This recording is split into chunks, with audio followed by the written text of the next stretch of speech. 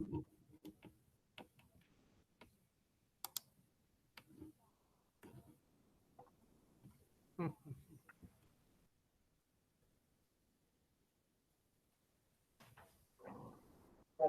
to see everybody back.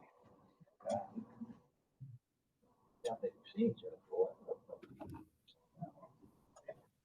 But everybody kept popping up and down and up and up, on and off and everything else. I was getting text and Mr. Howard was getting text like, can't hear you, can't see you. I think everybody could hear, but you guys couldn't hear us. Right? Yeah. We can only hear like one of you. We can hear each other. Yeah, you can hear Mark or James. I think it was James, and then he texted me and was telling me all that. I'm like, well, Scott popped in and out, and then all of a sudden, well, let's do a roll call and see, and then it all worked. It just, then the rest of the time didn't.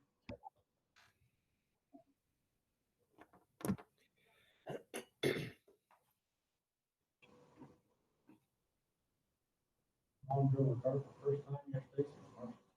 What was that? Mom drove a car yesterday.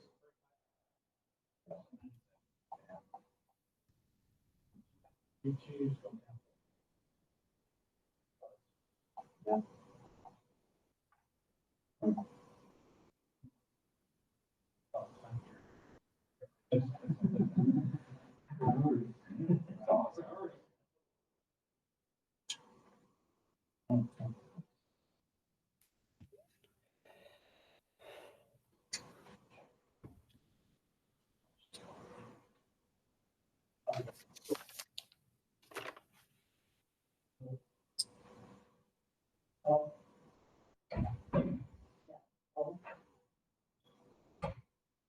Okay, it's turned 6:15, so we're going to have our special board meeting and then the budget hearing. So I would ask for a roll call, please. Anderson, Yes. Beavers, Yes. Emmer, Deer, Yes. Dorr, Kirkbride, Yes. Flynn. Mr. Howard? Okay.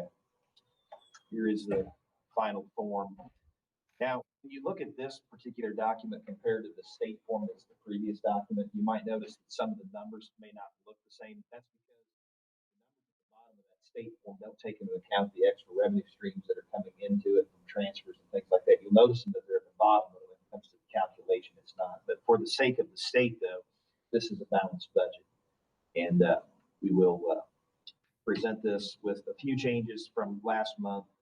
And probably the biggest change that we had was, and I'll first just point out, we had positive balances in the education fund to end out and close out the year at $782,004. It's a very good number to be with the education fund in terms of in the black. Transportation, we will end up in the black at $41,628. You probably remember the update that I had sent out. We were concerned that we were not going to receive another NCAP payment for this year in FY20.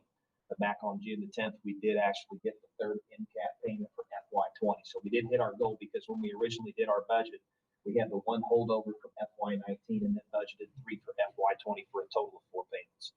So that's what we ended up with. And then the tort fund at $2,228.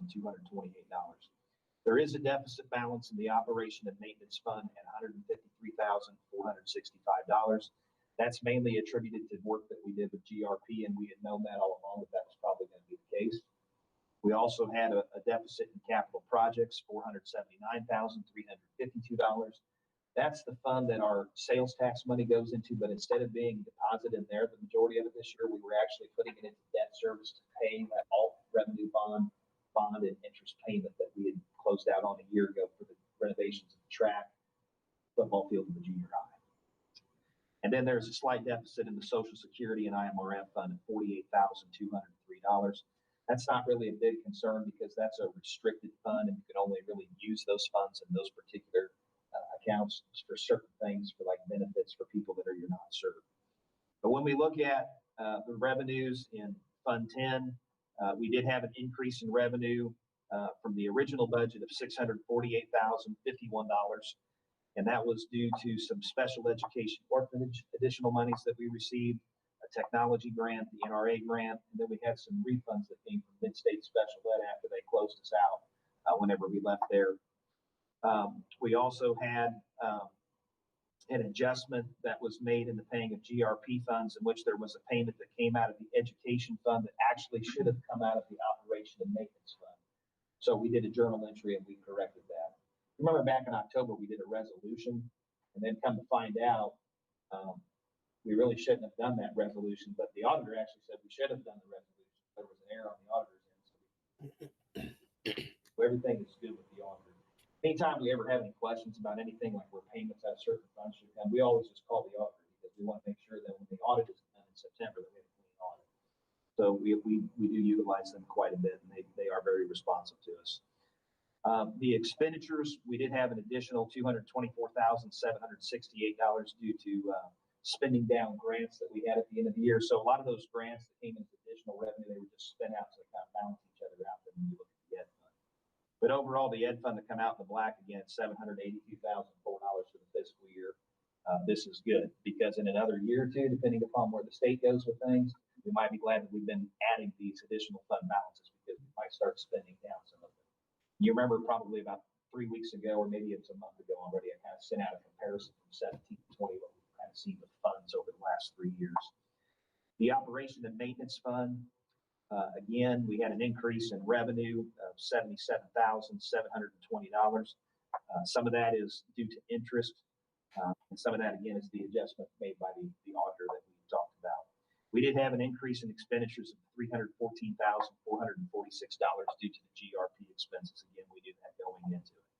I would say this about interest. We had a very good year with interest, because we had a very favorable rate from the bank at 1.56%. So we actually gained over $186,000 in interest this year. I will let you know that that will probably go way down next year, because I think you saw the update, and with the volatility of the bank market and everything else, it'll go down to 0.17 next year. So we won't see that type of interest next year. Neither will anybody else that has personal accounts in banks either. But we are grateful to people as they continue to waive the fees for us, as I've mentioned as well. Transportation fund, we did have an increase in revenue of $4,780 due to interest, and then we did have an increase in expenditures of $8,500. Another big noticeable change that you saw from the last month was, and I talked about it, that there was the possibility that we would see the closing of the working cash bond, and we did actually see that. So there's an additional $1.5 million then that went into working cash. So with that being said, then you're gonna end the year pretty good in the working cash fund. But other than that, it's a balanced budget. There really are no glaring areas of concern at this time. Again, it's a tribute to everybody in this district in terms of watching the finances carefully and making sure that we spend our money accordingly, and that we're also good stewards to the taxpayers. With that being said, that's all I have, unless there are any questions from you guys before we turn it over to see if there's anybody in the public that would like to comment. This kind of unrelated, but how does all this, because it's an unusual circumstance this year, how does all this CARES Act stuff, is that totally in a whole different category? It doesn't affect our budget at all? No, it's in a different category. We haven't even really received those funds yet. There was some question as to if we would receive that in FY20 or FY21. I imagine we're probably going to see it in FY20. We'll probably start seeing it after we submit the expenditure reports of actually spending some of the money. But it will be there. It has been allocated. The state has approved it. It is in our system, but we have not received the funds yet at this time. And I'm assuming we'll probably see that. Does that get distributed through these funds in any way, or is it just specifically for certain items? It'll be specifically for certain items, and more than likely it'll probably come through Fund 10. So you'll probably see it as a revenue and then an expenditure at FY21. So that will get tracked through our. Yes, yes. The state will actually disperse that through FRIZ like they do with the MCAT payments and the general state aid. We'll see it like they do with the ag grants and the CTE grant and the Perkins grants. We'll see that through the FRIZ system. I'm serious. Any other questions on the budget? Do we have any public questions? Anybody that's There hasn't been any emails or calls, and it's not out there. Nobody on. They walk out. Check real quick just to see if there's anybody, but I don't think there probably is.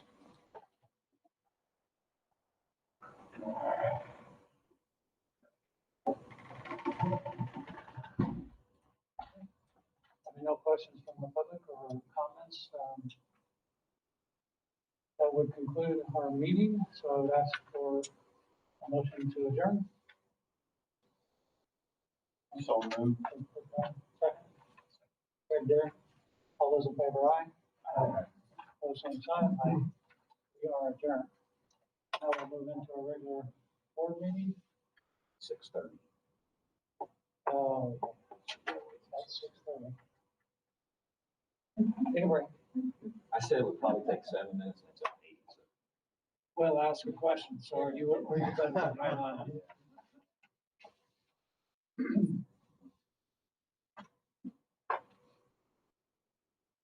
I've been wondering about that.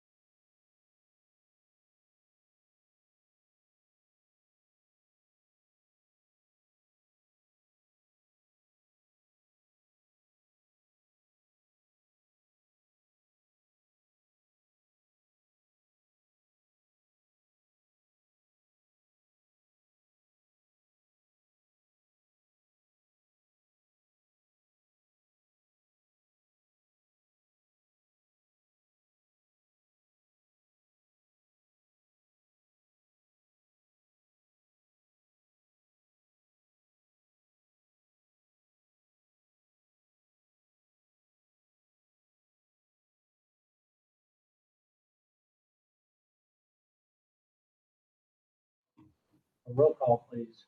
Anderson, Yes. Haymeyer, Yes. Empire, Yes. Deer, Yes. Dorr, yes, Kirkland, Yes. Lynn.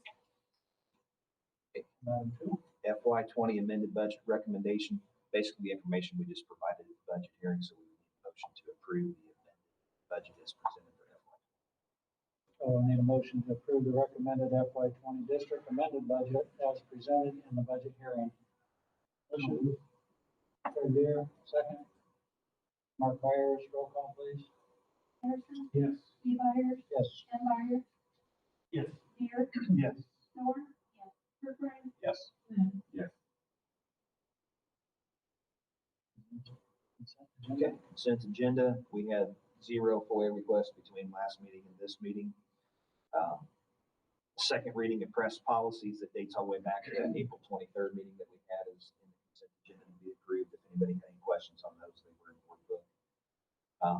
I would point out that with the activity accounts at the high school, if you look at the bottom of that particular document, there's a red number that says like 5,000 some odd dollars. That's actually incorrect. The correct amount in there at the top is that $92,616.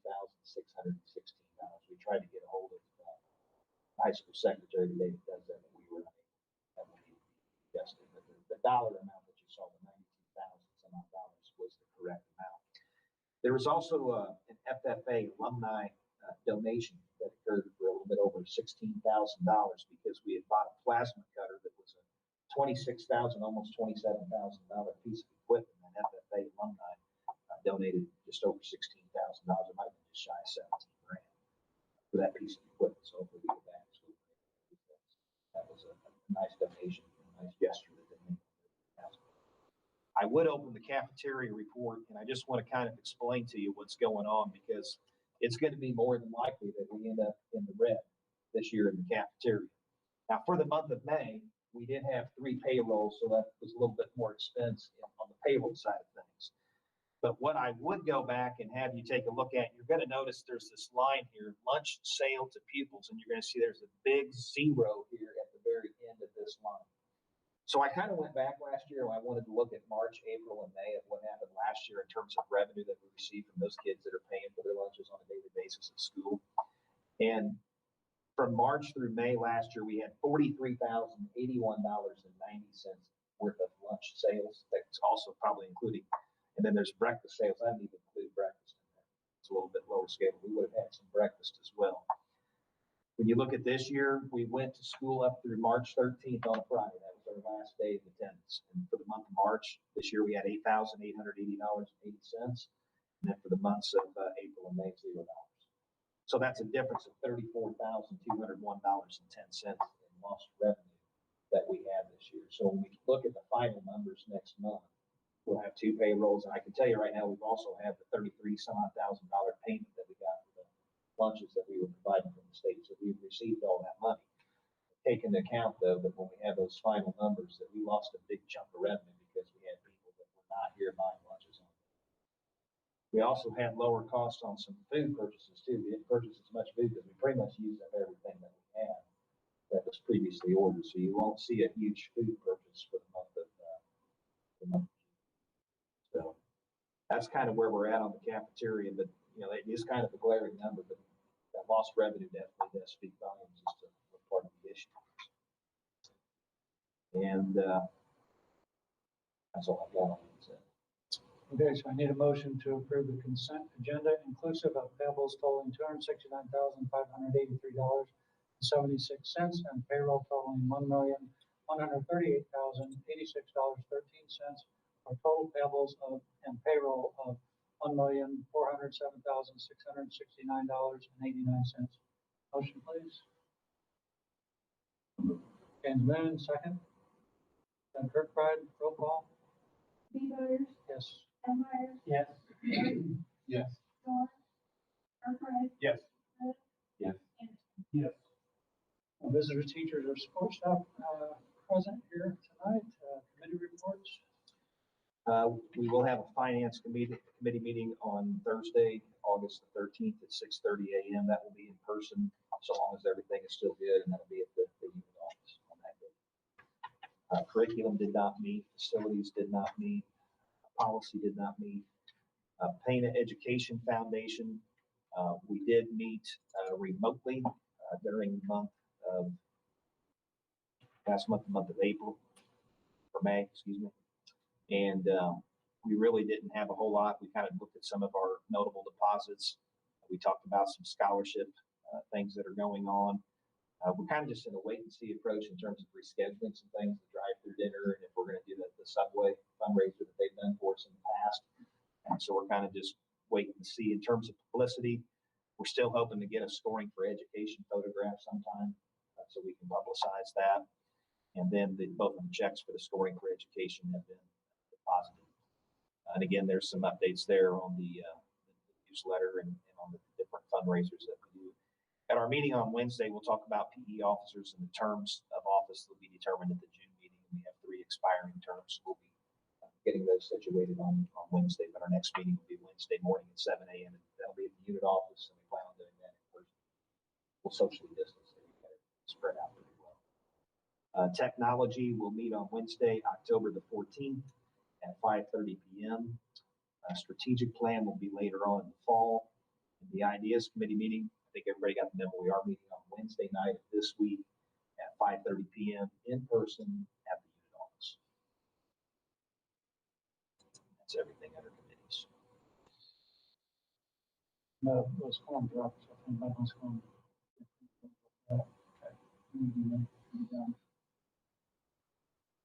Okay, the administrative principals are not here this evening.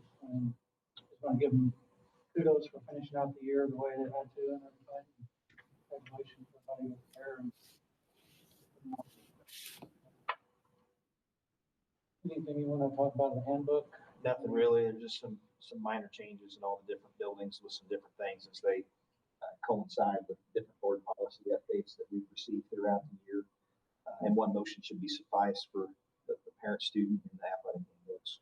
Probably looked at, I did read through those and some of them. So I look at, I read the handbooks, the junior high handbook had 2 learning. None of the other ones did. At the district one, why is one not the other? I think they're just including some information forward at this point in time. It's really not a requirement that they are in the handbooks at this point in time. I think what the junior high was doing was just being proactive about it. We haven't gotten any additional information from the IEPA model handbook to include any information on that in there. But some districts have been including, some buildings have been, and they're probably more so than, you probably won't see anything like that at the elementary buildings at this point in time, but at the secondary level, it's more likely. But, Only the junior high. Yeah. Doesn't know if we want a district. Same language. Everywhere. So what I remember, and I've seen it's in there, they'll ask me, do we have a handbook issue with sports or something? And it was, the one I recall was the gal that wanted to come back and participate in basketball after the season had already started. and I think they've got in there now, it's got that recital, it's got the 5 days. 5 That's days. why it was, so. 21. However, I've got a small problem with that. I have 2 football boys that are serving the United States military right now. So I mean, like, I don't know who got invited to that meeting. Parent or board member. I'm not sure who was. I was 2 years ago. Last year we didn't have one. Is that policy you're saying? The student handbook policy. Parent for the board member. That's one that I read that, and that was. I understand the intent, and the intent is good for things like what happened in girls basketball, but it also handcuffs us for situations that. Typically handbooks too have a disclaimer that says if there's anything that is subject to interpretation, the administrator can rule on that at times. It didn't Not list everything that, is all so we fine. could amend that possibly and add that. It did list if they were involved in a state series and couldn't practice with another sport. It did list that one. Maybe there should just be an umbrella statement that cover any bad and be left to the discretion of the administration, the coaches. That was I read through and that was the big glaring issue I saw. Well, I think common sense would prevail. Serving our country, we're definitely gonna let come back to our football program. I'm not dealing with a lot of common sense right now. Common sense is just, I'd rather- Thomas Paine really used. I'd rather give us Talking about 9 kids practicing together at once. Common sense of it. The superhuman power right now that we're not exercising. we could add something in the.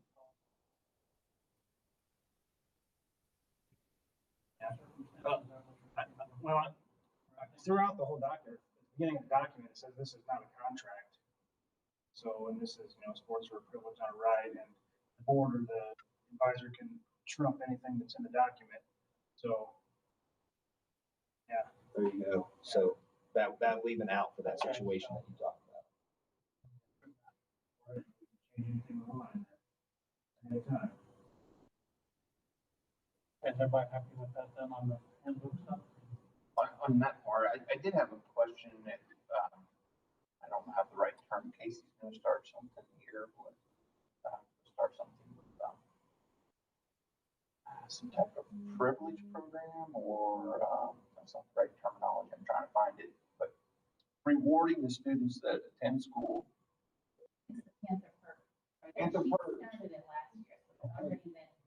Okay, but it's colored, so I was wondering, I saw the same thing and I wondered. She why. probably just didn't change it from bold back to normal. okay, I didn't know if the program was changing or something. When I read it, it didn't look like it from Okay. what I read. The contract that was sent home last year. The high school students, like, saw one. Followed through to get that. And it didn't look like it. And then the other issue with this student handbook, the athletic handbook, is you can serve your suspension during bass fishing. With 1 meet. I think it needs to be. Student wanted to serve a suspension during bass fishing, who were we to say no? We discussed it multiple times, and nobody's ever made the change. I'd say, all right, Would but be is a it- recommendation. I'd say you can't, bass fishing doesn't count, like 1/3 of a meet, and you just serve your suspension. So you eliminate, You cannot serve your suspension during bass fishing. I would agree. That- That gets out, then Boy, the bass fishing team would be full of kids needing to serve a suspension. And I'd be hard pressed to tell them that they couldn't. It's in the handbook. It's in the, it's in the handbook that they signed, yeah. And that's, I've had that issue. And the rules that are given. Yeah, they're playing by the rules that were given to them. So if the board wants to see that change, what's the procedure, Mr. Barr, that we need to do? Do we just need to go to, bass fishing is in the fall, right? Spring. Spring. So you get, so you get busted drinking in the wintertime, you go out for bass fishing. I think again, this statement, if you go back to it, gives the Board of Education some leeway at any time. I think Kyle's point is that we need to just spell it out. You say, here are all the IHA sanctioned events. Right there with football. And we're gonna say, oh, we're just kidding. No, that's not right. How many page that's on? So, well, So does it need to be? yep, right there, as IHSA sanctioned activities offered at PHS. Girls bowling, bass fishing, boys basketball, girls softball, boys soccer. They're all the same. They're all listed the same. So you could serve that suspension during any one of those. Nowhere does it say in there that you can't serve your suspension during bass fishing. Something that I think you're gonna, that's a jerk move, I think, if you don't outline it. Remind me how to determine how much. So for the first offense is 1/3 of the season, second offense is 2/3, third offense, you're done. Could we word it where it is 1/3 of the season, Longest season of the sport you participate in. good. Well, then that would make it, basketball is longer season, more games in the basketball season, so 1/3 of basketball, that'd take up the whole, most of the football. I'm just saying, you can't serve as much during bass fishing. Well, Keep it simple. if we're in agreement with that, then we can pass a motion to approve these as presented with an amendment to the athletic handbook that a suspension cannot be served during pass fishing. And then we can put that language in there. I think that's We'll important. we'll present it as is and then put that amendment to it with the motion, if everybody's in agreement to it. It sounds common to only have one bass fishing. I've known us to have bass fishing. So in current circumstances, that's what makes the most sense. Otherwise, we can come back and change it. I don't know if we didn't have bass fishing this year. I don't know if Mark's kids are gone. I don't know what his plans are. You heard? I don't know. I don't have bass fishing. It's a new point. The whole thing, my issue with it is, we want you to follow this handbook. We have a whole meeting set up in the summertime to go over this. We're gonna sign it, go by the rules. And if somebody wants to serve their suspension during bass fishing, we say, oh, wait a second, you can't do that. And they say, well, it's in the handbook. What are we supposed to say? I think we need to be consistent. I think we just agree with the amendment. So I'm gonna ask for a motion to approve the 2020-2021 parent student and athletic handbook with the amendment that a suspension and another sport cannot be served during pass.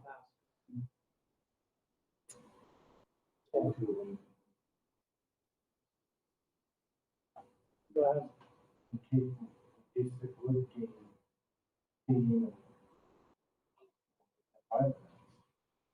I'd like to re-amend.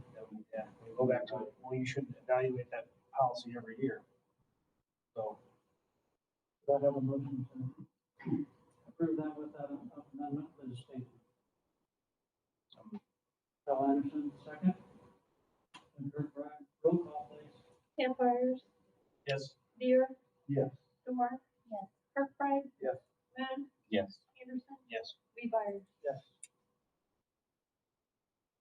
Okay, Mr. Sauer, you've been patient. We're to your report. Can you hear me? Yes. Okay. Yeah, first thing we have is the high school's up for a 10-year life safety review.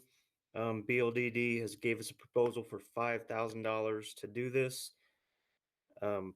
Once it's approved, we should have this completed before school starts. But we need a motion tonight from the board to have BLD do that for $5,000. We'll go ahead and do that before we move forward. I need a motion to, for the Board of Education to authorize the superintendent to direct BLDD architects to submit via IWAS the 10-year health life safety survey for both Lincoln Elementary and Washington Elementary schools. Motion. Mark Byers, second. And Dorn, roll call. Deer, Yes. Dorr, Yes. Kirkbride, Yes. Moon. Yes. Anderson, Yes. Rebar. Yes. And Meyer. Last question, sorry. You mentioned So- Lincoln and Washington there, and he asked for the high school. Yeah, he had asked for the high school. Yeah, I couldn't hear all that. I was wondering if you did that all at once. Sorry about that. I didn't pick that up. I was going just on the agenda, That's okay. I'll just explain the other one and then next page. the two elementary schools, we had BLDD do 2 new surveys to replace the old ones so we can carry on with the elementary school project. So I think if they're on your, you can see them there. Both of them came to about $9 million to replace both those schools to fix them up. So we just need to replace the 2 elementaries with the ones that were done in 2015 so they can try to keep going with the funds for. So I'll explain this. So in 2015, we have 10-year health life safety surveys for both Washington and Lincoln. Then, as we have been talking about through the facilities committee, and then a few meetings ago, we approved for BLD to do the study to look at the replacement cost. So part of those costs, when they were looking at doing that with those replacement costs, was to then update our 10-year health life safety. So what we're going to see on there now is some different category Bs and some different category Cs. Now, that doesn't obligate us to have to go out and to do all this work in case something fizzles out. And then here we have all this work that has to be done on Washington Lincoln. Basically, the purpose of this is so that we're able to secure the building replacement cost for this, so that if we ever get to the point where we want to replace them and funds are available, then we can replace them, and we would be able to do so with utilizing life safety funds. meaning then we would have the ability to go out and bond, just like we did with an alt revenue, just like we've done with working cash, but we would be able to go out and bond life safety survey, health life safety bond to pay for the portion of that project. Okay, but we're still going to be state dependent on it, because what's going to happen is these costs that we have to replace, we obviously know are going to be much higher when we start, looking at proposals that contractors get. It's going to be expensive to replace. So what this does is it gives us as a district the option. It doesn't tie our hands and mandate us to do anything. It just gives us that option, what we have talked about. So I hope that's kind of makes things a little bit clearer. Does everybody understand that's why we just approved it? Mr. Power that up. Okay. Now we can move forward on the high school that Jeff requested. I need a motion to approve BLDD Architects to perform the 10-year health life safety survey for the Pana High School. Motion? Eric Dare, second. Kirkbride, roll call. George. Yes. Kirkbride. Yes. Smith. Yes. Anderson. Yes. T-Byers. Yes. Ambires. Yes. Spear. Yes. And while we're on the subject of health life safety surveys, when we were going back and doing the research to look and see how much we paid for this health life safety survey at the high school years ago, at that time, back in 2010, we had a health life safety survey done at both here, the high school, and then at Jefferson. Obviously, Jefferson now is out of the equation. But also back in 2010, we had like an initial review of the Lakeland Western Region Center over there. And as I kind of was combing through emails from files from 10 years ago, it is looking like we are going to have to do a 10-year health life safety survey on that building over there as well at the Lakeland Western Region Center. We've asked for a proposal from BLDD, but we have not received it yet.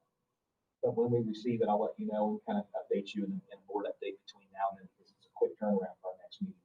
3 weeks in between tonight and our next meeting. So we will have to do a 10-year health life safety. BLDD has confirmed this, and I also reached out to our ROE receiver. Do that. I want to make sure that we have it, not just from our architect, but also from somebody else saying, yes, that's something you have to do. Go ahead, Jeff. Sorry. Oh, that's okay. The only thing I don't have a lot more. I just want you to know the high school roof is about 80% complete. All we're doing is waiting on sheet metal to be put down, and that will be done. And we can move on from that. We do have some issues at Lincoln. I know we didn't want to have to do a lot of work on these buildings until we move forward with the projects, but I don't think it's going to happen. We have a lot of water damage at Lincoln School, and it's on the southeast corner of that school. So I got hold of TC Masonry to do some tuck pointing. We're looking at $6,332 to do this work. And once that's done, and we stop the water from coming in, we can repair the inside walls. So I just want to let you know that's where we're going with that. For those of you that attended the facilities committee meeting over there, you notice some discoloration towards the bottom of the wall. That's the area that he's talking about. And I think a few weeks back, we even had some mushrooms that were growing in the classroom. Yeah. Our hope is by doing this tuck pointing. Jeff, do we have any mold in this room because of this? Do we need to do it? There is no mold, but it's going to get that. It's going to come to that point if we don't fix it. It's that much water coming in. So it's something obviously has. So we need to get that outside fixed, and then we need to fix the inside wall. I mean, if somebody walks in there and sees mushrooms growing. Jeff, the question was, is that on our health life safety report possibly as a category B or C? Yes, it is on there. We would be able it is on there. Funds to pay for that if we so desired to at that time, or because we have not committed all of our capital projects money in Fund 60, we would also have the ability to use some funds there, or you could go to elements. So you have 3 different options of where to use funds to pay for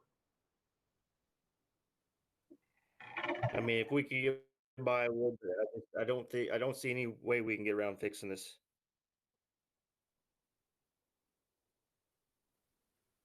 So I just want to let you know that's where we were with that. To moving on, it's not recommended right now, but I know it's going to happen. Is automatic sinks and automatic toilet flushers. So I've priced sinks for now, and we're going to try to utilize the CARES Act money with this. Right now, we're looking at $21,000 to replace all the sinks and all the buildings to be automatic. I'm trying to negotiate, see if I can buy the sinks cheaper than having the contractor buy them. So as soon as I get that, I'll get that number to Paul and try to get that into the grant so we can pay it through CARES Act. So I mean, do you have thoughts on? Sorry, we're looking at this because we're concerned about kids as we come back to school. When you look at all the buildings, with the exception of the junior high, they're going to have to be handling faucets all day long. The junior high has the automatic after we did the renovations. But if we decide to go ahead and do this CARES Act money that's become available could be used as a source to pay for it. But that's kind of one of the things we're looking at as kind of a preventative way to stop the spread of germs and that type of thing. So that's why we're looking at it. And obviously that's something that we talked about when we were having facilities meeting, right? Because we had bathroom renovations, that cost probably over $1 million when we go back and look at those forms. It's been a while since I've taken a look at them. But we said that's really something that we would like to avoid. But now since we're in the midst of a pandemic, it kind of becomes a health concern. But that's where we got that grant. So we can utilize those monies for it.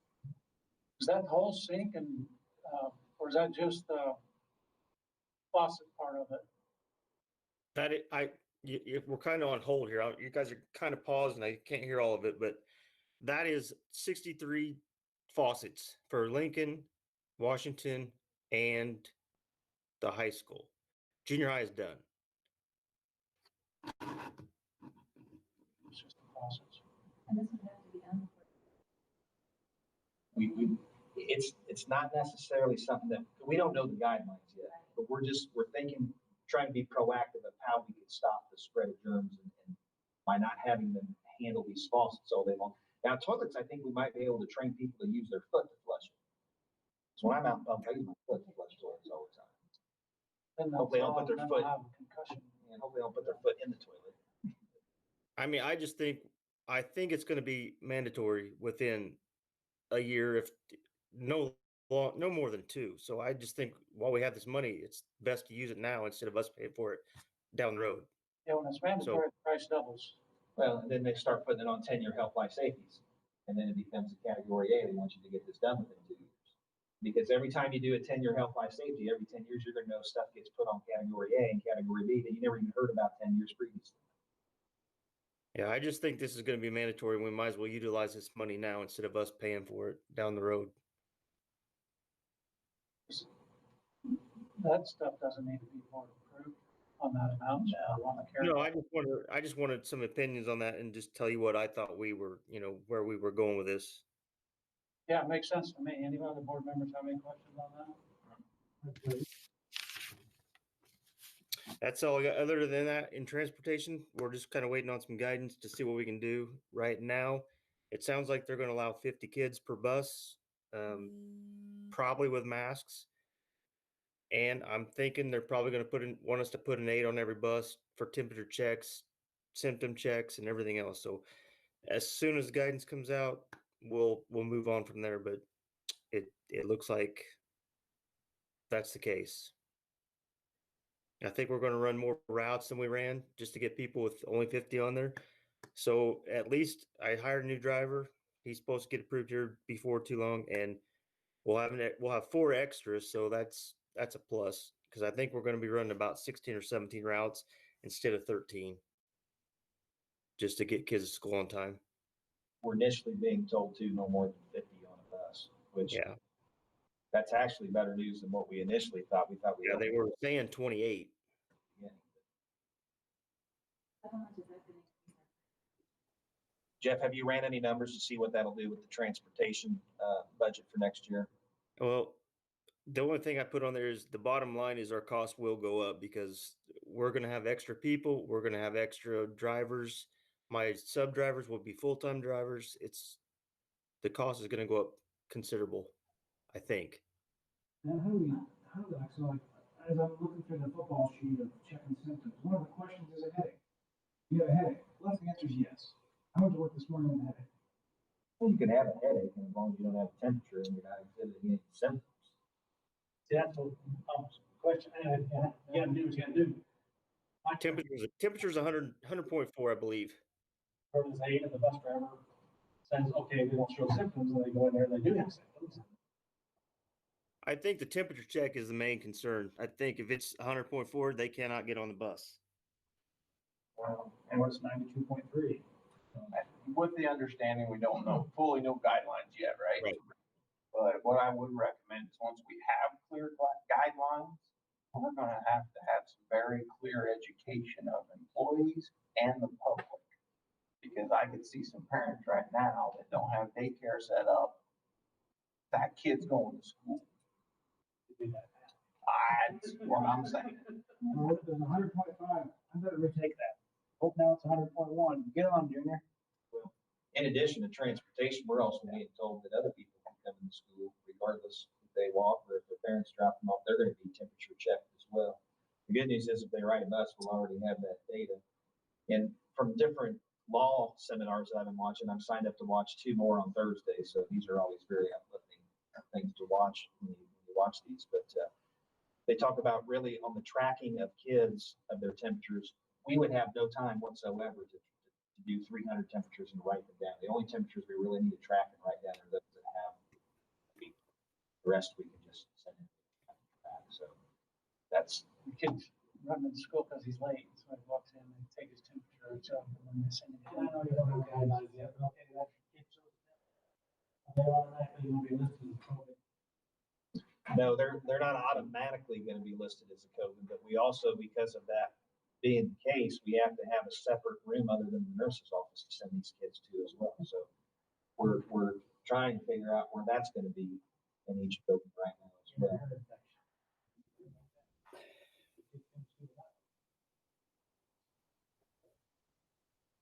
We'll talk more about that at the end. We talk about One thing, preparation. a question I had is, was the water from the outside of that building, I mean, when we get back to that point? I can't hear you. I couldn't hear. Yeah, you. yeah, Okay, yeah. all right. It has to be keep the water out. I couldn't hear what for sure was gonna do. All our water, our drinking water stuff has been resolved, all tests. All our tests are back good, and we've also decided we're going to go ahead and put bottle filling stations in along. So just because it's another precaution that we know we're going to have to do down the road. So we're going to go ahead and utilize that money also for, I think, 6 water filling stations at all the schools. So some of the initial information we've received too is that we shouldn't have water fountains on and operational because again, everybody that's touching those during the day, they try to put in a water filling station where kids can bring their own bottle and they can fill those using the water station where they don't actually have to touch anything. Again, another preventative type of a measure. So, and we just put in new water lines and fountains and Well, the water line will Yeah. be all right, but the fountain.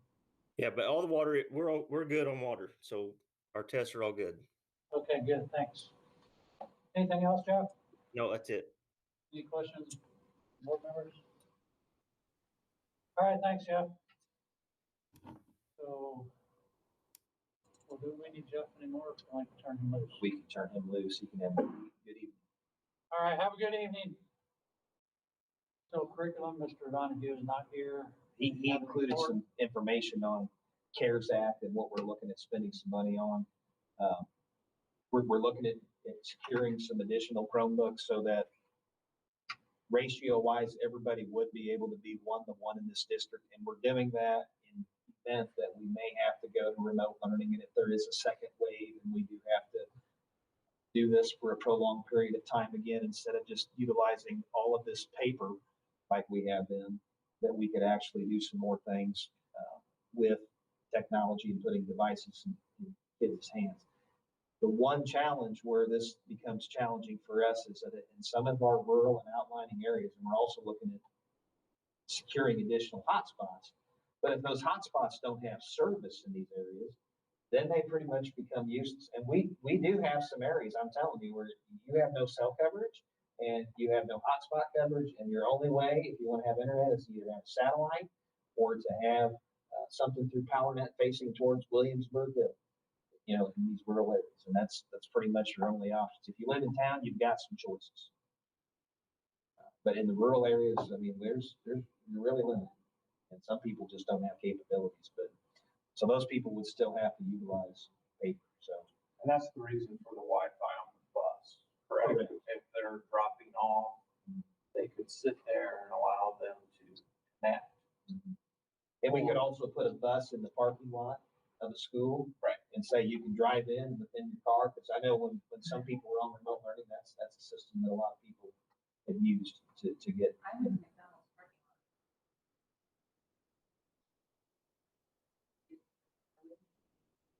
Downloading their stuff. Every McDonald's and pretty much every Casey's now has free Wi-Fi.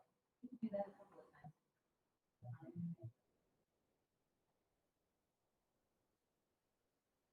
We're also looking at that too. Let's say that everything is normal and the kid is on their way home and they have some homework to do. They are able to utilize their device and actually get some stuff on if they do ride a bus for an hour. So sporting events. So it is a trend that's starting to pick up more because of all of the technology that we're using. Some software to help with in-person and remote learning, but most of what we've talked about in terms of our expenditures on this CARES Act is really personal protective equipment to not only protect our employees, but to protect our students and everyone else. We did order 10 plastic like shield covers that you can wear. And I'm not so certain yet on the exact rules of that, if you have to wear a mask under those or not. But I know one of the complaints, one of the things that's been discussed is if I'm a kid in a classroom and Mr. Anderson's my instructor and he's wearing a mask, it might be hard for me to understand because I can't read his lips in terms of the words that are coming out of his mouth. Whereas if you had a plastic shield, you didn't have a mask on, you would still be able to kind of not only hear, but you can kind of also see his mouth as it moves and kind of decipher the words that are coming out. So you would really have to pay attention more so if you're utilizing a mask situation. Because we've all talked with people with masks, you really have to listen in order to get everything that they're saying.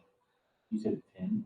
We've ordered 10, but we want to see what they're like first. And then if so, kind of the plan is to perhaps get one for everybody so they at least have an option if they want to go with a mask or a plastic shield. Because what usually happens is you give your neighbor next door a plastic face mask and they weren't thinking about it originally. Oh yeah, this is a great thing. We like that. Could you get me one of these? So we just would have it. So, How much personal protective does that do? well, the shield is somewhat of the shield is somewhat of the same as a mask, is what they're telling us. And I've gone to obviously a lot of doctor's appointments and things lately. And I've seen some where they're wearing a mask, and I've seen some where it's just a shield right now. So that's even in the medical field. The argument with the face mask was they wanted them to fit tight so you wouldn't get any of that blow by, but yet the shield's gonna be all over the tile. And then just basic things like hand sanitizer, bleach, Clorox wipes. And you wouldn't believe the short supply of some of this stuff and how much this stuff costs now compared to, what it could cost a year ago before the pandemic hit. So. And there's probably hundreds of containers. I know I went and got all mine. And I had 6 of them. I mean, the classrooms are full of them right now. Yeah. We have on here signs, but hopefully the signs we can just print out. Maybe Bushi would give us signs that we can just print out and laminate. But I mean, just everything that we can think of to keep people as safe as possible. Because regardless of what you think of this pandemic as a school district, we still have a responsibility to keep our kids safe when they're at school, because that's an expectation that parents have, that they're sending their kid to a safe place. And the same for our employees that are in the buildings every day. We owe it to them as well to keep them as safe as possible so that they can do their jobs on a daily basis. But we'll talk more about this, though, preparations for 20 and 21. But this is a lot of the thinking, though, that's been going on over the last several weeks ever since we ended remote learning, and are looking forward because, like I said, there's webinars every week, and trust me, there's a lot of vendors that want to sell stuff too right now. Absolutely. And it's a money-making business for a lot of people too, so you have to kind of watch that on prices as well. Some pulse oximeters. E-learning being prevalent now, like we had for 4 weeks. Assuming we start everything normal when we get to the winter months. Snowstorm on Thursday and Friday, can we just call e-learning and we don't even have to wait for that morning phone call? We can just say, hey guys, there's a snowstorm coming in Thursday and Friday.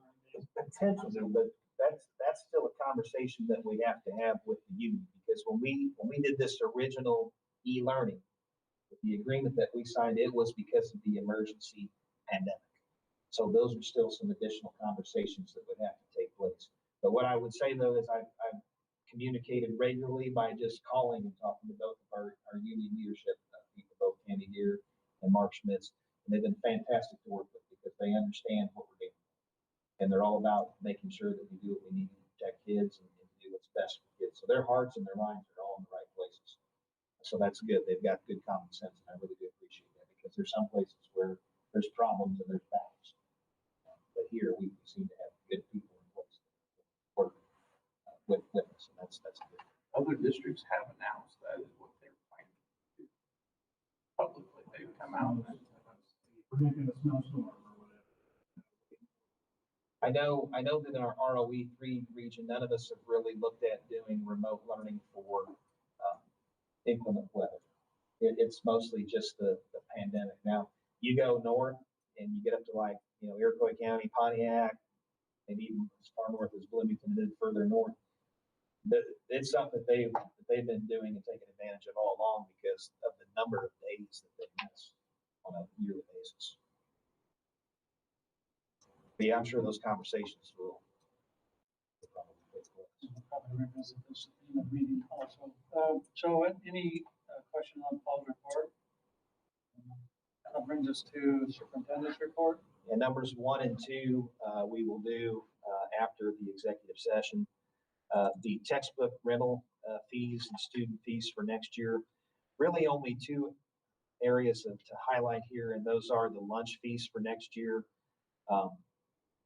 Food prices have really skyrocketed. I think you all probably are aware of that. You go grocery shopping right now, so we were looking at more than a 10-cent increase, but we decided just to go with a 10-cent increase and just try to have numbers that made sense. So we have $2.75 for a price for lunches in kindergarten through 8th grade, $3 at the 9 through 12 level. And the reason why it's a little higher here at the high school because they do get big portions of food. They typically get like a full cup of vegetables, and the other levels only get like a half cup. How many people eat the full cup of that? A lot of vegetables that are wasted in the cafeteria duty. The adult lunch will go up 50 cents to $3.50. And then breakfast, we are increasing by a quarter to $1.75. That'll be the first price increase for breakfast since the year 2014.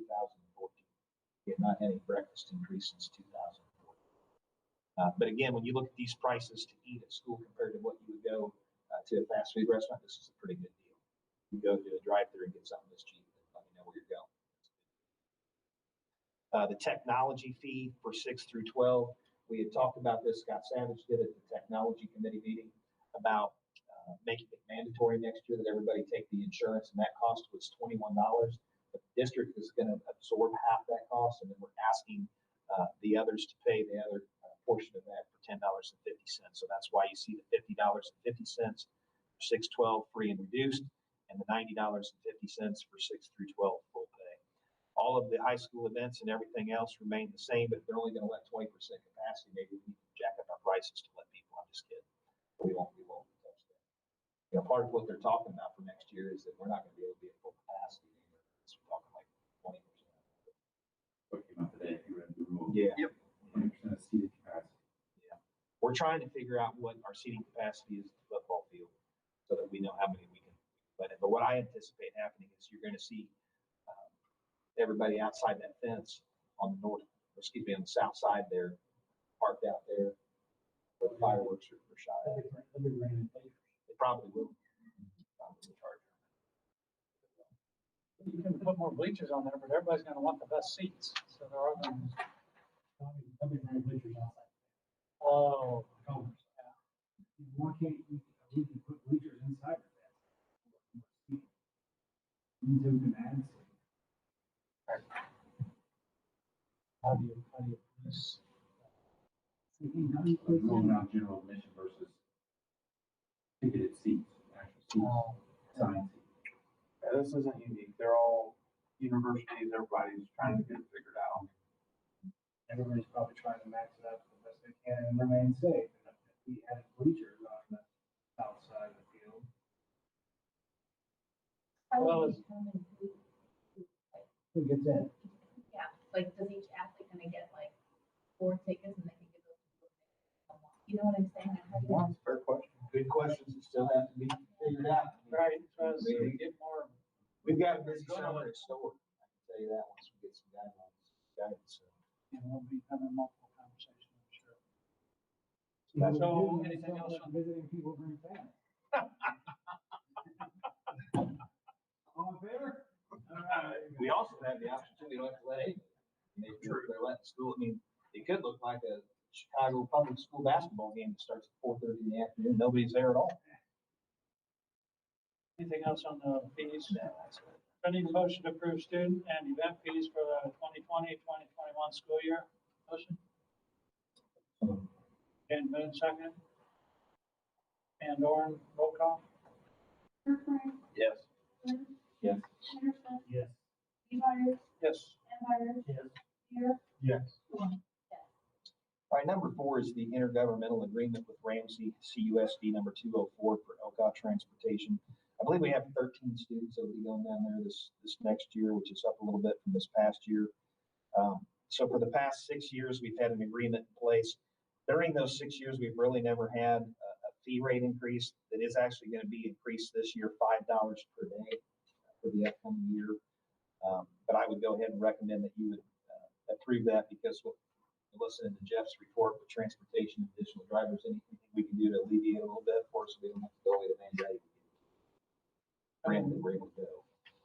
Motion to approve the OCA intergovernmental transport agreement with Ramsey Community District number 204 for the 2020-2021 school year.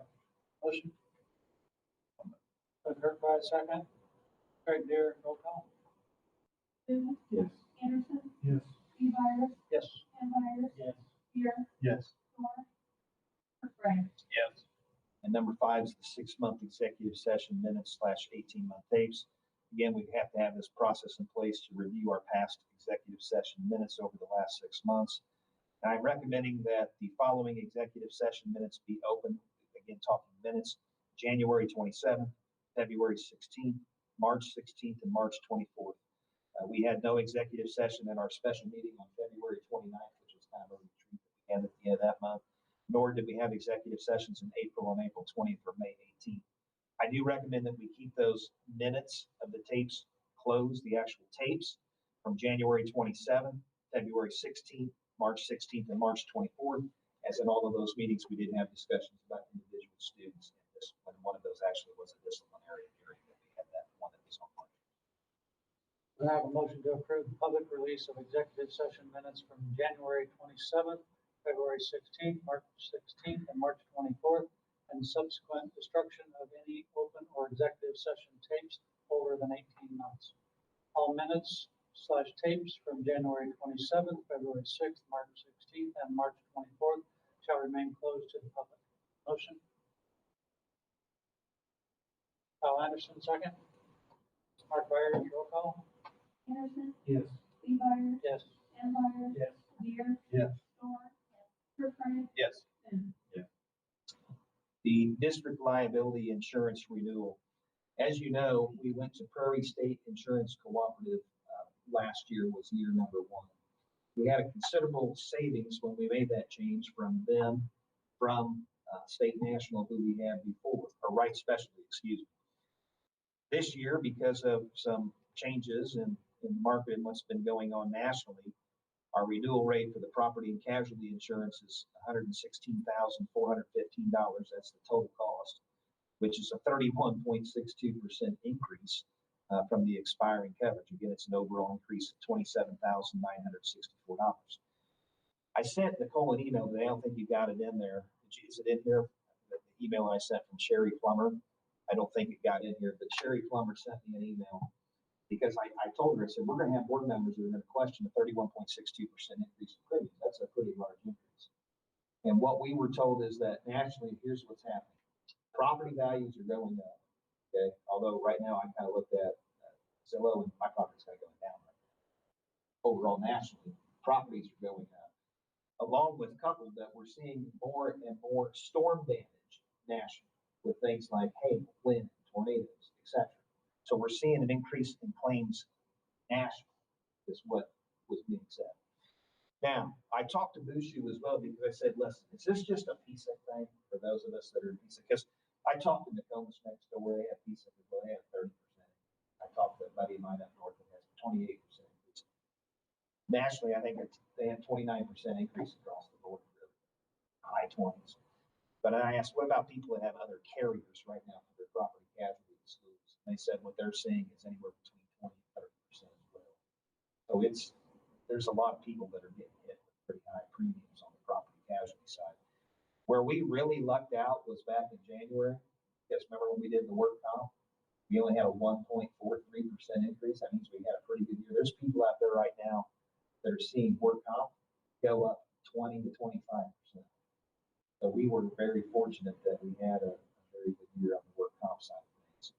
Now with the Prairie State Insurance Cooperative, and I explained in an email to you as well, an update, we're obligated to be with them for 3 years. So this is going to be year 2 of 3. Now, when we get to the conclusion of 3 years, if we see another rate increase like this, and say we're frustrated with this, we can have Bushu bid it out again because that's what we did. We bid this out, and they were the ones who came back with the lower rate. But sometimes when you get somebody new, you have a year that's pretty good, and then you have maybe a year that's like this, and then maybe you have another year that's more reasonable, or maybe you have another bad year, and then you look at it again, you see something that you want to get out. It's the same with health insurance. You've seen the update too on the health insurance. We had a 5% decrease. We knock on wood and celebrate there and launch some fireworks in your front yard because that never happens. And we are one of 13 districts out of 117 that actually have rate decrease on our insurance premiums. There's some that are around here that left the trust and got into something else and had a couple good years, and now they're seeing 35% spikes on their health insurance. This is where we're at though for next year for our property casualty. Now, so you know, this does not get paid out of the education fund. This gets paid out of the operation. It gets paid out of the tort fund. Again, that tort fund's a restricted fund. You can only use it for certain things, and we use it for our insurance. Now, remember, we did levy a little bit less in tort next year because we wanted to provide some property tax. But with that being said, though, when we look at those numbers in terms of our fund balances on tort, we've actually increased the fund balance over the last couple of years, so we'll be able to withstand this rate increase. We'll be able to just have to really keep an eye on it over the next year or so to see if it's something like that again. Talking to Mr. Bauer, though, that doesn't make sense to me when we bid it out for 3 years, but they're only guaranteeing 1 year. I don't know, just doesn't I make think if sense. we remember, to get that good price, you had to be at 3 years. That's correct. That was very nerve-wracking to me anyway. Surely they're not dirty enough like this. I mean, if there was truly that big of a pandemic of insurance, that carriers going up 30%. Folks would all see it on our home and our commercial businesses as well. And those insurance go up 30%. Nor did these companies file for a rate increase. If you go to the Illinois Department of Insurance's website, you can see all the insurance companies filings. You have to file your rates with the state. And these guys did not file for a rate increase anyway. So I mean, I told Mr. Bauer as that, I think it was a line and sinker, and we took the bait. So I think moving forward, we don't ever get into more than a 1-year contract with insurance. And these guys have burnt the bridge with me anyway. So, and if you notice, like State Farm gave out $2 billion in refunds to auto insurance. Folks not driving, did we see any relief on that? Because our buses weren't en route at full capacity from March until may not even be in August. We didn't see any relief there. And I also noticed going through line by line, a lot of things changed. Did you change that? No, those were increases that the company provided because again, of the value of land and different things. I don't know if we do an increase, so our deductible went up to $2,500, and things such as our umbrella from 18 million to 10 million still had a $1,000 rate increase. Liability has nothing to do with tornadoes, hail, or wind. So how do we get $8 million less in liability insurance and a $1,000 rate increase? Doesn't mean we got advantages. Well, that's what I had that conversation with Doug too. Well, I mean, 3-year thing, and then I didn't realize it was still only guaranteed for the first year. And that rate and property values, I don't understand what property, when they say the first thing you said. Values of property or The value of property has nothing to do with replacement cost.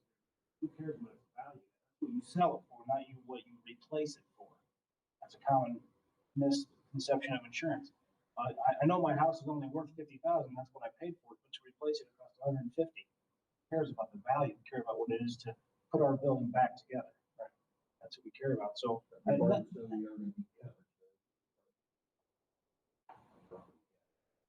Yes, so they got you, they have us buy. A 3-year contract. So we can't do anything for another. Yeah, so I mean, I just wanted to explain it. But is that the industry standard that you go, I mean, Bushu, that we're paying them to be, watch our backs, so to speak, or bring us the best rate? So is that the industry standard in education? Is that how it works? Because I know in education, things work differently than in rural. All the time. So, Some real world people, real world dollars. right. So we, I mean, and again, I don't understand, where did our rate, who took like $1 million away from our umbrella? You made that decision, that's fine, but I don't want them to tell us we don't need that. So I didn't know anything about that. So you're saying this I'm a year, dork, I read through the our policy. contract, and you know, our contract with them, our coverage. And then they took our earthquake from 70 million to 20 million earthquake. So an earthquake could be that's a large expense for brick buildings, so. I didn't think you could, once you had a policy with somebody, you could change. Well, the policy is renewing, so the policy is changing So every it's year. renewing. But we're saying, they said, we didn't lock in a 3-year rate for your policy, we locked in, so we gotta buy this for 3 years. Every year they can change it. And that's what they've done. I would anticipate that in the next year, they're not gonna probably do something like this again because they're gonna lose it. And obviously the year later. Can we get an explanation from Bushu instead of one? Well, Bushu won't be the one that'll be doing it. It'll be that Sherry Plummer from O'Keefe. Because O'Keefe is the name of the insurance company through PSIC. Right, but on the cover letter, from Bushu, like he outlined. Right, they just give us a summary of everything. They summarize it for us. That's what they do. Yeah, I would think, like, I would take $8 million away from any of your umbrellas, I would need something signed that says, hey, you know, you don't have this, you only have 10 million out of 18 million. And that's something I think would be important, or hey, took my earthquake coverage from 70 million to 20 million. Can we get an explanation then from whoever Bushu? I can get a hold of Sherry Plummer again. We are gonna need to approve this though tonight because we do need to have coverage starting on July 1. And they changed our deductibles from 1,000. We just tell me, the board wanted to know the explanation of how. She was supposed to send me some slides and I've yet to receive those. So Any other questions on that? I did, had some, those same concern, or some of those concerns, some of them I didn't read through the coverage. I thought it was a locked in deal. A lot of our, I mean, obviously coverage has changed, we should get a little bit more every year because of inflation. So the cost to replace this building next year will be more than it is today, so we should get some of the reductions in coverage. And then I thought, well, maybe you sat down with them and like, okay, at least they went through it, we thought about it, whatever. But if they just did that on their own. they basically had a webinar where they went over all this stuff. That's how they did it. They did a Zoom webinar with all of their members. They told them why they were reducing their coverage. The explanation I was given was because nationally of the weather, and that was really. You wouldn't reduce coverage if it's more apt to happen. Well, and the property is one side, okay, so if you're having large weather events nationally, you take rate. The umbrella has nothing to do with weather events, totally different section of your policy, liability. We also have high liability claims, 2.8 million, it raises our premium $1,000. Okay, so Mr. Barr will give us some explanation for that for next month, but we do need to approve that, so we are not without any coverage. Learn from a lesson. I think maybe there's a question, how do we get out of this 3 year? We can't get out of it. We're locked. That's the question. I'll ask. Make them answer. Yeah. I mean, if it costs us money to get out of it, Got away, what's the penalty versus what you could get somewhere else, right? yeah, what are you gonna do?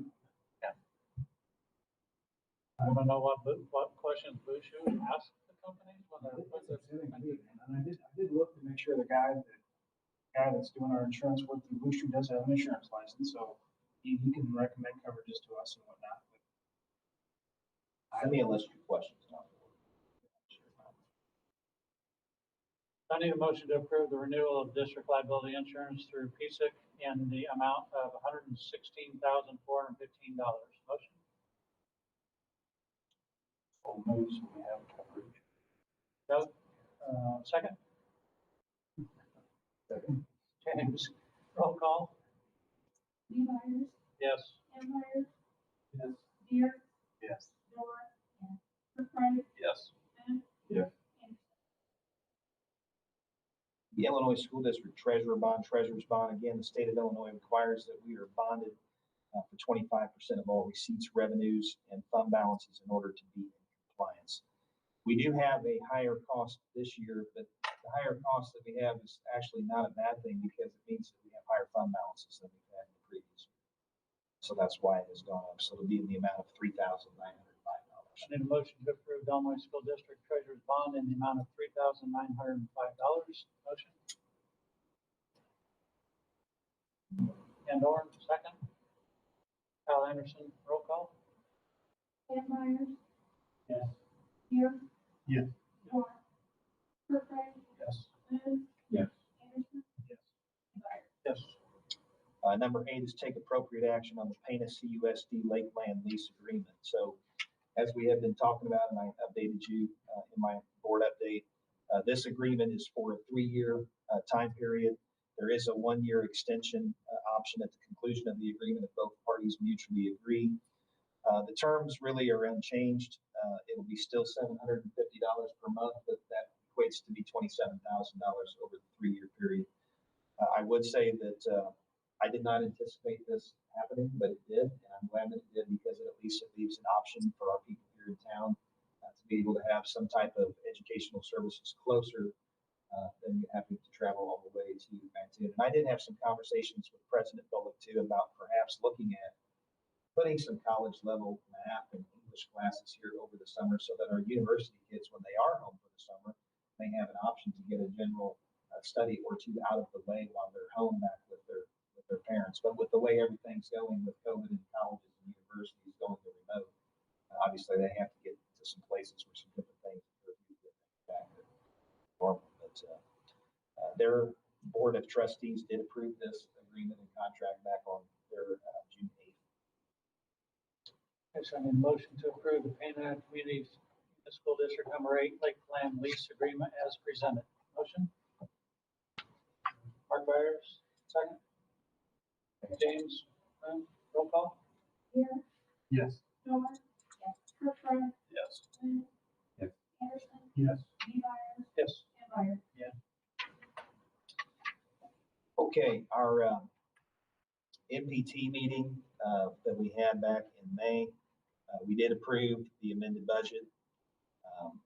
We did improve the employment of extended school year faculty and staff and stipend pay. That's something that we have to do in order to be compliant with IEPs. Some students do have in their IEPs that they have to have extended school year. And GOMIS was the one taking charge of that this year. We did approve the employment of a business manager. One person that we had doing our finances for us has kind of just trickled her hours back to more of a consult type of person because of their busyness with their other job that they do have. We did act on FY21 salaries, 2.5% increases for MPT employees. And then we just had some discussion. We do have our next meeting on Wednesday of this week. It'll be a Zoom meeting, so we're not meeting in person, but it'll be via Zoom. So that's the MPT. How much has our expenses changed from year to year since we started this? Or We haven't really received everything yet, so we really haven't been able to look at everything as it's closed out to compare what we were under Mid-State compared to what we were at MPT. But once we close everything out, we can start to analyze that. We did anticipate, though, going into this, that our cost would go up because we decided to take on our own special education teachers and paraprofessionals, and there was a difference in salary schedules between Mid-State and the 3 districts. I just kind of be curious to see where we're at, where we're standing. I know it gives us a lot more control. We do have a lot more local control. I would say that, we'll prove later on tonight in the personnel recommendation, we were actually able to find a special ed for one of our two vacancies, which that's kind of unheard of. And part of that was because our salary structure was nice compared to Yeah, it was originally when it was brought up as a savings, but then that quickly kind of went away, and then it's still a good idea because of the goal that we had. So I was just curious on the cost. So that was just information only, so now we'll go into executive session. Need a motion to enter executive session for discussion of the appointment, employment, compensation, discipline, performance, or dismissal of specific employees of the district, student discipline, student concerns, litigation, and collective negotiation matters, as well as employment, compensation, resignation, recommendations. Doug Kirkbride, second. And Dorn, roll call. Dorn. Kirkbride. Yes. Hood. Yes. Yes. Steve Byers. Yes. Byers. Yes. Yeah, I'm just saying.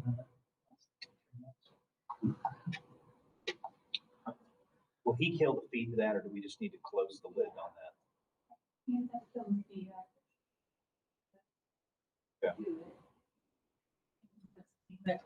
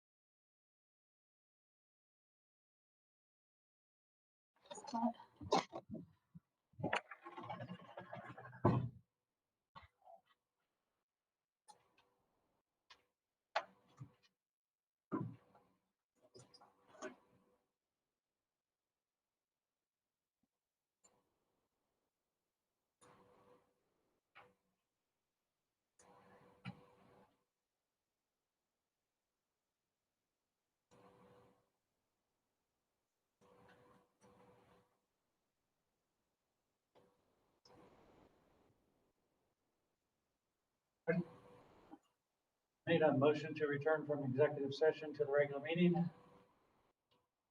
Motion. So moved. Dan Flynn, second, and Dorn. Roll call. Kirkbride, Yes. Lynn, Yes. Anderson. Yes. Beemeyer, Yes. Campbell, Yes. Spear, Yes.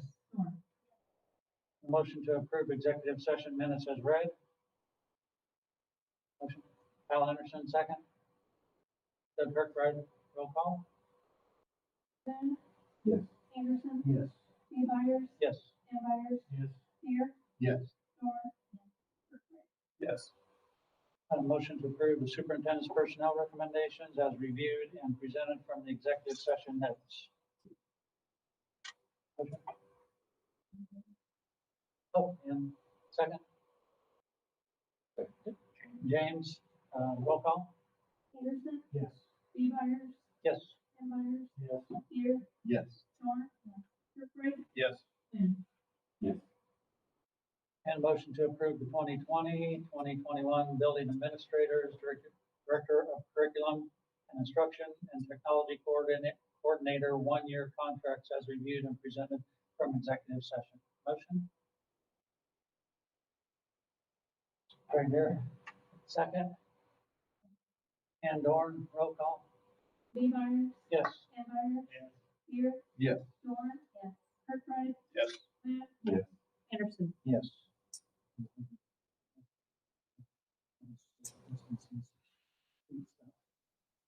Okay, everybody, but I had a chance to read the applications, and any questions on those? None, not any more about their considerations. I had, things going to the school board. On hasn't been yet, is the last call now, or? Yeah, registration is not till like July 27th now, so if that changes anybody's mind. let us know. Just let her know when you're. Okay, so now some additional conversation here on B, the preparation. On school year. Asked Mr. Bauer to include stuff in our, Packets there that kind of gave us up to date. I know I've had conversation with several of the board members, not all of you, about some of this and whether we need to have any additional meetings or maybe talk about this. But it's really kind of a moot point until we know exactly what they're going to require us to do. But if there was anything in there that Mr. Bauer had on any of those reports that we currently know that they're probably going to have us do or not do, we can discuss that now. And then once they do come out with an additional information as far as more concrete information, what they're going to require us to do, and maybe not what might be a recommendation, then we might want to consider as a board to maybe having a special meeting if needed to talk about that and talk about what we want to do, how we want to move forward, and if we want to go against any of that, what consequences we might. And Mr. Bauer already knows those. He can tell us what he's learned so far, what those consequences might be if we decide to go totally against it. We We need some rich people to donate some money. We- Accreditation and recognition of schools, recognized as a public school. But I do think we can do some stuff where we follow the common sense stuff and follow what they recommend, but we could still, as an entity, voice our disapproval of that and then figure out a game plan as how we want to approach that to legislature or join with other school districts that I maybe see that type of a thing where other school districts might have the same thoughts and join as a group to voice our opinion if there's some things that really we think need to be changed. So I'll open it up for discussion on anything that was in those reports. Or if you think that's a viable way to move forward, as an entity, once we know exactly what our requirements are gonna be. Here's what I would say. There are some larger, more urban school districts right now, like Kankakee, and Peoria, that have already stated that they're gonna start out with like a hybrid blended version, where they'll do some in person and some remote. That's one of the three options. Coming back in person is an option, and then also the remote learning continuation of it is an option as well. And I think I'm probably accurate in saying that this community is ready to have their kids go back to school. They're probably ready for that towards the end of the school year. Would like to see us get back to school and have life as normal as much as it can be. Obviously, we know if we go that route, there's going to be some things that we have to do that we haven't done before. We just don't know what those are yet because we haven't seen the list of recommendations. And there's been talk of some things being required and some things being recommended. And we'll just have to wait and see what those items are. But after talking with the administrative team too, we're ready to come back to school. I mean, I think that's really the ultimate goal here is to get back into school. If we have to go to remote learning later on again because we get shut down from a statewide perspective, then that's something that we have to deal with when we cross that bridge. But if you look at those hybrid blended versions, I mean, those are logistical nightmares for families because you have two working parents and there's nobody to stay at home or watch kids, and there's a shortage of childcare as it is in the local area. That it really does put a damper on families. It really does change some things in terms of what they have to deal with. So, Have we sent out a question to parents to ask them to get an idea of if it is the hybrid or part remote, part in person? Would you prefer that your kid, you have to find childcare half the day every day? Would you prefer to find childcare every other day? Would you prefer to go 1 week in school, 1 week, like just get an idea? yeah, we haven't done that. I know a neighboring school district has done that. I don't know how much response they got to that. I know some of the questions were very lengthy in terms of what they have to take a look at. And I had to do it as an employer, but then they also, the district sent that out, and then then we got one from like TEA to ask, what personally do you need from the school district who work that personally for you? Do you have small children at home that you also have to deal with in the district? And so there's two different ones that I did, and then I know they sent out a parent one. I don't know what response they got, but. Yeah, I know the state superintendent, Carmen Ayala, she is pushing for in-person instruction now. That's obviously could look different for a lot of, different districts. The thing that we're concerned about, I think when we look at it, we know we're probably going to be limited to 50 people in a given area. So that's going to probably change the way that we serve lunch, obviously, because we can't have more than 50 in the cafeteria. If we have to socially distance, we may not even be able to get 50 in like the junior high cafeteria. And then our other concern is too, is social distancing in the classroom going to be required, or is it going to be recommended? Because if you look at the square footage of a lot of these classrooms, to separate 25 kids 6 feet apart, that may be difficult to do. They do make like protective shields that you can put around desks and things like that to protect the kids more. But again, there's a cost associated with that as well. So we haven't really said that we're going to order, 5,000 of those types of things to put on desks. We wouldn't need that many. You catch my drift. We're kind of just waiting to see what these guidelines are going to be, so we know just exactly what it is we have to prepare for. We're anticipating probably temperature checks coming through the door for those that didn't get checked in onto this class. Anticipating that. We've already kind of taken a look at, well, what do we need to do to protect the employees? We've ordered enough face masks. I think we've got 3,000 face masks on the way, so we have some for kids and we have some for staff. Talking about those plastic shields a little bit. And then obviously some of the different things that we've talked about at the CARES Act. But a lot of people right now in the smaller, medium, small districts around here are just kind of waiting to see what we have to do. And there really hasn't been any. Very difficult to plan without a clear vision. Correct. Well, we're gonna have, I was on a webinar for school board presidents and somebody brought up, said, well, what, you open back up and it's normal, but then you have a teacher or two or three or other employees that say, I'm not coming back, I'm afraid it's gone, I might catch it from somebody. Then what do you do? Well, I've watched some legal webinars on this, and there are some legitimate reasons for why perhaps an employee would not come, but if there's really nothing pressing and they're just say they're fearful that they're gonna catch the disease, as long as we've provided personal protective equipment for them and we've shown them how to do it and we've shown them the guidelines in terms of what they need to do to follow, that's really on them then. They're missing work and they're gonna be docked because they're not showing up. I do have 2 more legal webinars to watch on Thursday, so there might be, by that time, a change and some additional information. I mean, we're getting new stuff daily and weekly. There might be some parents say, I want that option where I want the e-learning because until this vaccine comes out or some, I know that my child's not gonna be exposed then. So for those or for the immune compromised, are we set up to be able to offer that?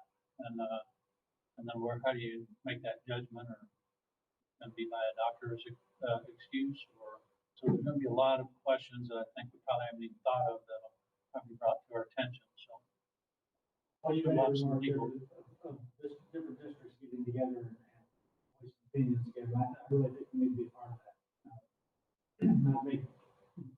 I've made it plain how I feel about a lot of this stuff to the point where I feel to be quiet most time anymore. But these kids need to be in school. It's not the fact that nobody wants to take care of their kids at home. It's the fact that, and it's nothing, it's going to sound like I'm saying something derogatory towards the teachers. These kids are not set up. We're not set up to teach these younger kids e-learning and gain anything. New knowledge. Yeah. They didn't gain anything. I mean, they probably kept some of what they had learned before, but they didn't gain anything this last few months. And it's just not, they're not set up for it. Well, I've talked to a few teachers too, and they, I'll be honest, trying to communicate with some of these students and even go into the houses and promote success. It's not gonna work. So that student is falling through the cracks by not being. We're losing a lot of education. 25% of all students in the state of Illinois, 25% of our students across the state did not participate in the way. Do we know our numbers? I don't know what our numbers are. I do know that when Mrs. Adams, she had a report that she submitted that talked about like incomplete. She said those numbers are even further down in terms of the numbers because summer school is right now. We're getting that number to be far and fewer in terms of getting more kids caught up. And that's really been the goal of a lot of them is to get People have to make a choice whether it's for the kids to be, or us all take a little bit of a risk and get these and further the education of these kids and help them in the future. Sit back and be scared. I don't think. Now there's more and more science coming out all the time. I read today where they think it's weakening to the point where it could, probably on its own, but then you can find people arguing. So we're gonna lose a year and a half on any kind of educational value. I think my biggest work, so coming back to me is the easy part. The hard part's gonna be, so now Mark's got COVID. Now what do we do with Mark's kid? How long is Mark's kid out? Or you know what I mean? Or being told 14 days they have to So- stay out. but where do you draw that line? So now Mark's kid though, I was pretty close to my kid. So is my, and that's where I'm like, Contact tracing comes in and trying to, what they're also recommending is we try to keep our traffic be consistent with what happens and who they're around with on a daily basis as well. So again, that's logistics. I know it. Or logistics. Yeah. Which is easier at elementary level where they have a designated, Self-contained yes, environment, whereas much more difficult junior high and high school. really difficult at the high school. I mean, there's been some junior highs talk about like, in 6th grade, maybe they just go back to a self-contained model. That's been discussed in some sense. Departmental. Well, I think we've got a lot of decisions we're going to have to make in a short amount of time. But I can tell you that from my standpoint and from the admin team standpoint, we're committed to get these kids back to school. That's the goal. The goal is not start the year with remote learning. The goal is to not start the year with a blended hybrid version. The goal is to get back to school and to try to let these kids have somewhat of a normal life once again. Because they're starving for that to a certain degree. They are social creatures and they need to be around their peers. That's how they operate. So how do we facilitate that? I mean, we're gonna meet again third Monday of July. Can we wait that long? Well, I mean, it's gonna take some time once those recommendations are put out. I'm sure it's not gonna be a 5-page document. It's probably gonna be 78 pages and probably get it released on a Friday at 6:30 at night at some point in time. And then we're gonna take some time to comb through that to try to have an individual understanding of that. And then we're gonna watch webinars that the State Board of Education puts out to educate us further. And then from an admin team perspective, I know the superintendents are gonna meet in Vandalia and have roundtables to discuss plans and different scenarios and logistics and things like that. And then the principals will be doing the same as well. So thought when you meet with all the superintendents, could you kind of just plant the seed that, hey, my board members are willing to, if there's other, your boards are of the same thought on some of these, whatever these topics, button topics, to maybe form some type of a coalition, kind of like they did with the lawsuit thing on the. But what I would caution you though, with that, is that there's requirements and you're gonna try to buck requirements. Again, that's where the accreditation. Well, my point is to get the requirements to be a little realistic on their end. Push them now. Until we can get them. But I think that's probably why you're seeing. Why wait till- them being released. Why wait to have to change them? They're not gonna change anything. Once they come out with those guidelines, they're not gonna change it. Push them to put the guidelines where we want them now. Be proactive with it. That's what I'm talking about. They must be getting a lot of phone calls because when you try to call, it will attach into somebody's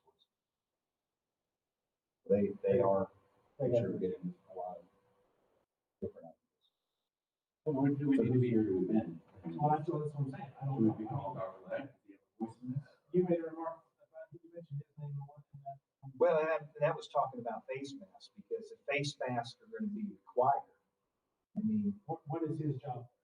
he serves on the state board. He's a board member Is it for a region or just? for the state. He's on the board. I mean, I didn't know if they were assigned to each. Yeah. So board members can provide input, but obviously you have to.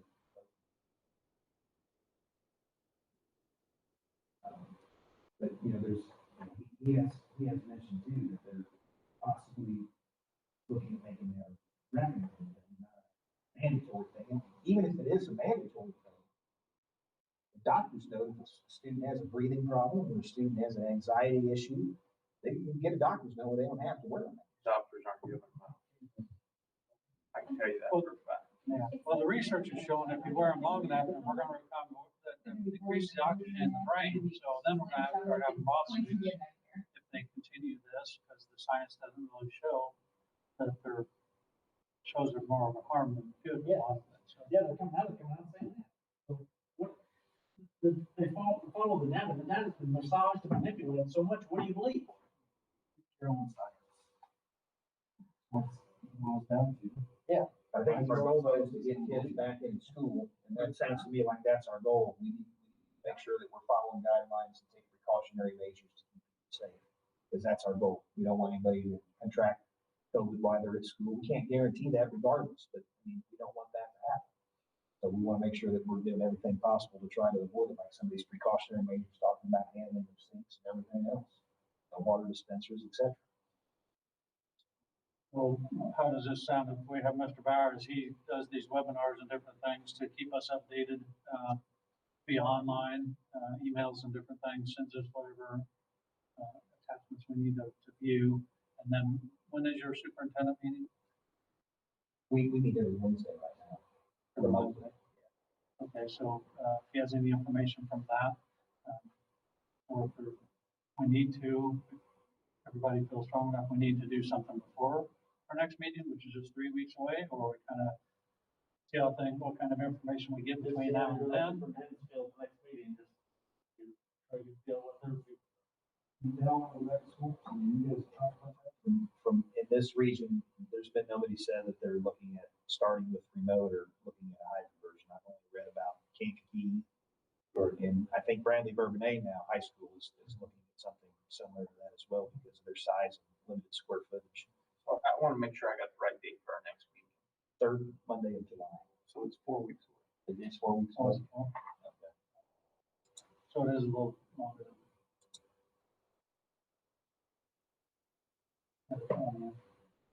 I was really concerned because I had already scheduled something that other Monday. I think, yeah, I guess personally, I would like to have a better sense of what we're being told to do, what we're being encouraged to do. And then at that point, I would like to, whether it's a live meeting, it's face to face, but have a discussion as a group, as a board of the things that were definitely optional. And part of that's gonna be myself meeting with the admin. Coming up with a plan as well. Recommendations. Yeah. Yeah, that's Recommendation fair. for you to review, take a look at. At the end of the day, that's what we've been asked to do. So we'll play it by ear. If that all comes about before our next meeting, I'll just call a special meeting. We'll get it posted 48 hours ahead of time. We'll meet and have a discussion. If we don't really know yet, then we can always have this additional conversation at the end of our next meeting, talk about it. And if anybody comes up with an idea or let us know, we can do something different. Any other discussion around that? I thought it'd be a good time to have an initial conversation, get a feel for what everybody's thoughts are. Good. Anything else, anybody, any other board considerations anybody want to bring up? If not, I would entertain a motion to adjourn. And or, second, all in favor, aye? Aye. Any time for those opposed? We are adjourned. Thank you. Yeah.